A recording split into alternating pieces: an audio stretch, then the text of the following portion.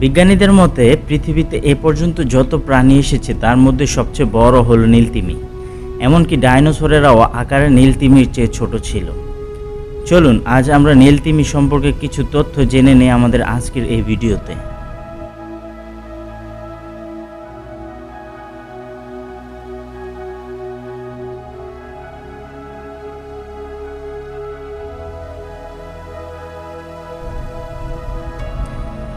নীলতিমি আকারে 200 টন পর্যন্ত হতে পারে, তবে গড়ে এরা 100 থেকে 150 টন হয়ে থাকে। খাবারের সন্ধানে নীলতিমি বছরে 1000 মাইল পর্যন্ত ভ্রমণ করে থাকে। এরা ক্রিল নামের এক ধরনের ছোট চিংড়ি মাছ খেয়ে বেঁচে থাকে। নীলতিমির পেট ভরতে 1 টন বা 1000 কেজি ক্রিল দরকার হয়, তবে এরা সারাদিনে প্রায় 3600 কেজি ক্রিল খায়। নীলতিমি সাগরে 315 মিটার পর্যন্ত গভীরে যেতে পারে।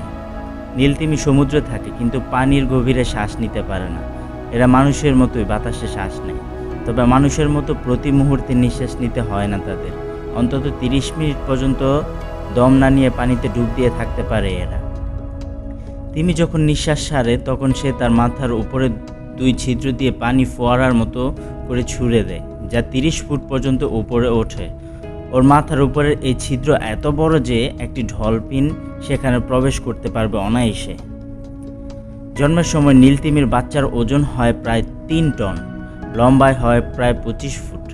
জন্মের পর 6 মাস প্রতিদিন সে প্রায় 500 লিটার দুধ পান করে। দীর্ঘদিন বাঁচে নীলতিমি, গড়ে তাদের আয়ু 80 থেকে 90 বছর।